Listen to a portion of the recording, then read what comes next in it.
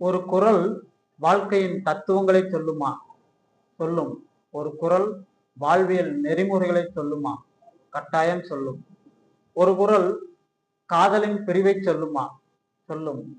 ஒரு குறள் காதலின் ஏக்கத்தையும் காதலனுடைய நுணுக்கங்களையும் சொல்லுமா? சொல்லும். ஒரு குறள் ஒரு மனைவி என்பவள் எப்படிப்பட்டவளாக இருக்க வேண்டும் என்று சொல்லுமா? சொல்லும்.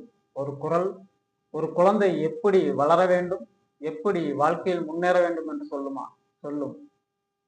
அதாவது திருக்குறள் என்ற இந்த மாபெரும் குறள் உலகிலே அனைத்து மொழிகளிலும் கிட்டத்தட்ட 170 மொழிகளிலே மொழிபெயர்த்து வாழ்வியல் நெறிமுறைகளையும் வாழ்வியல் நடைமுறைகளையும் உலகிற்கே சொன்னது நம்மளுடைய வள்ளுவர் எழுதிய திருக்குறள்.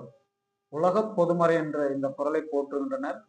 அதாவது அந்த வள்ளுவரனுடைய ஒரு அழகான ஒரு குறளை என் அன்பான சிந்தனைக்களம் நேயர்களாய் உங்களுக்கு வழங்குவதில் நான் மிக்க மகிழ்ச்சி அடைகிறேன்.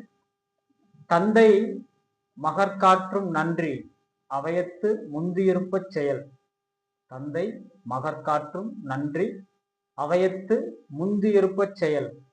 ஒரு தந்தையாகப்பட்டவர் தன்னுடைய மகனுக்கு தன் வாழ்நாளிலே என்ன கடமைகளை செய்ய வேண்டும் அதைத்தான் வள்ளுவர் சொல்கிறார். அதாவது ஒரு தந்தை தன்னுடைய மகனுக்கு கற்றறிந்த ஆன்றோர்களும் சான்றோர்களும், அதாவது கிட்டத்தட்ட ஒரு படித்து அறிந்த சபையிலே 100 பேர் ஒரு அறிவாளிகள் இருக்கிறார்கள் என்றால் அந்த 100 பேரிலும் தன்னுடைய மகனை முதலாவதாக வரும்படி செய்ய வேண்டும். இதுதான் ஒரு தந்தையாகப்பட்டவர் தன்னுடைய மகனுக்கு ஆற்றக்கூடிய ஒரு உதவி, ஒரு நன்றி. எப்படி சொல்லி இருக்கிறார் பாருங்கள் நம்மளுடைய வள்ளுவர். அதனால்தான் நான் தினந்தோறும், அதாவது எல்லோருக்கும் இந்த யூடியூப் சேனலின் மூலமாக திருக்குறளை படியுங்கள், திருக்குறளை படிக்காவிட்டாலும் எங்களுடைய இந்த சிந்தனைக்களம் என்கின்ற யூடியூப் சேனலை மறவாமல் காணுங்கள் என்று வற்புறுத்தி வருகிறேன். அதாவது திருக்குறளிலே ஏகப்பட்ட வாழ்வியல் நடைமுறைகளும் ஏகப்பட்ட வாழ்வியல் நீதிகளும் அடங்கியிருக்கிறது.